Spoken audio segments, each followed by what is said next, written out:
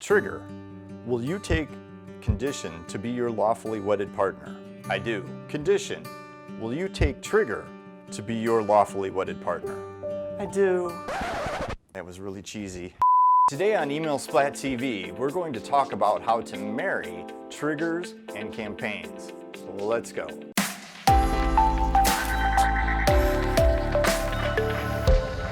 Hey, before we jump into today's video, I just wanted to take a minute and invite you to a special webinar I have coming up on April 23rd, 2021. Now, this webinar is for anyone who's ever purchased one of my Ontraport training programs.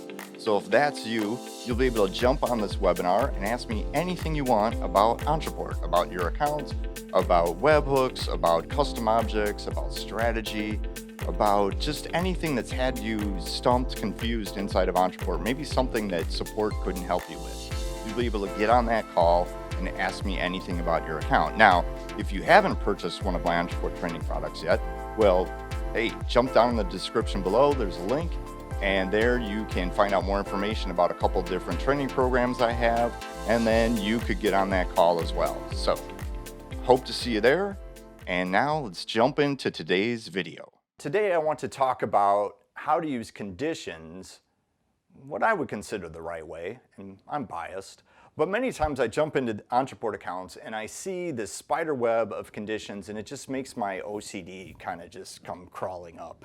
I start to freak out because it's not organized. And Ontraport, as you know, is complicated. A lot can go wrong. Every little tick box and check mark and option when you're setting up a campaign, every one of them counts. And when you start to make messy campaigns, it just leads to mistakes. So I like things neat and organized. And what I'm going to talk about today is this idea of conditions and triggers, which is really going to help you organize your campaigns so it's easier to see what's going on and you might even get some better metrics. So what am I talking about? Let's jump to the whiteboard and I'm going to show you what I'm talking about. Many times I will get into an Ontraport account and I will see this. I will see some sort of trigger. Let's say that I bought a product. So I bought a product, there's my trigger, and immediately they send me to a condition. Right away we've got a condition here. And in my example, let's say maybe I live in Illinois. I want to know, does this person that just bought this product live in Illinois or not? Because I'm going to send them a different email, based on where they live. And so I'll see them come right into this condition and then we'll split it up with yes, they live in Illinois, no, they don't. And so they're going to get email, the non-Illinois email, and they're going to get the Illinois email. Or maybe even this isn't an email, and this is another condition, and now we want to know, does this person live in a certain city in Illinois, right? And we just keep splitting it up.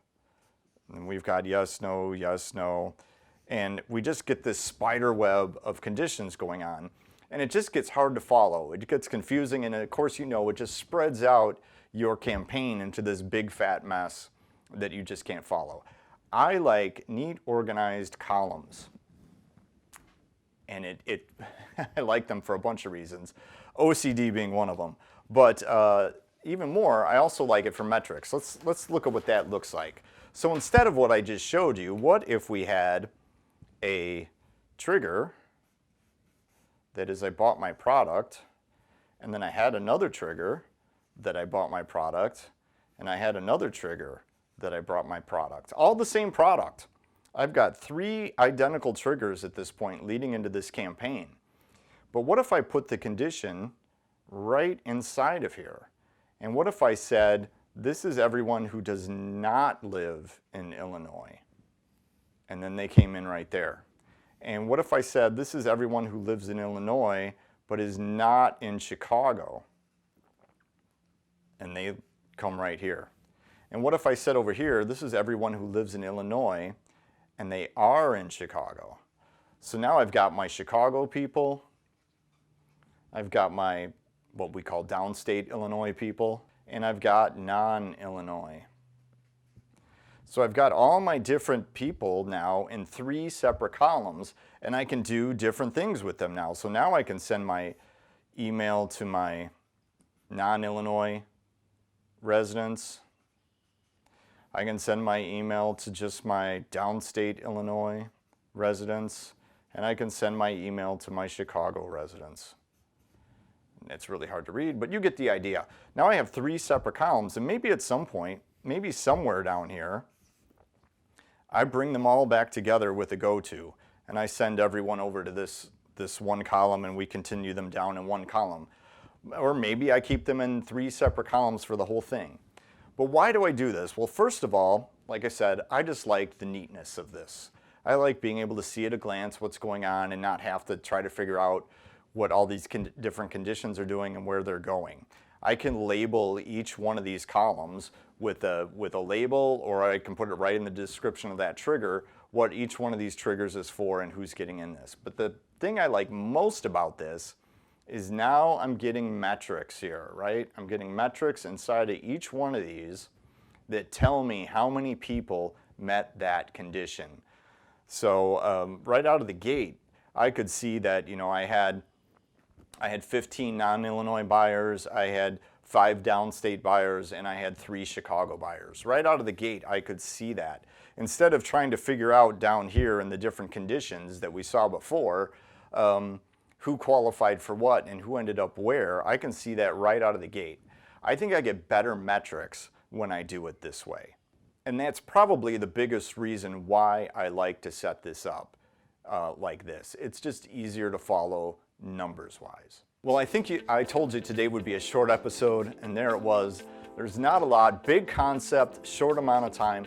Hopefully that helps you kind of spruce up some of your Ontraport campaigns, make them a little neater, have less mistakes, but also just be able to get some better metrics around what's going on inside of your campaigns. All right, hope you liked that tip. If you did, find the subscribe button. I think it is there. Maybe I got it backwards. I think it's there. Hit that subscribe button so you never miss an episode here on Email Splat TV. And go down in the comments and tell me what you'd love for me to make a video about, what I have not done yet about automation, Ontraport, whatever it is that you're trying to figure out, the secret of life. Ask me what that is. Maybe we could make a video.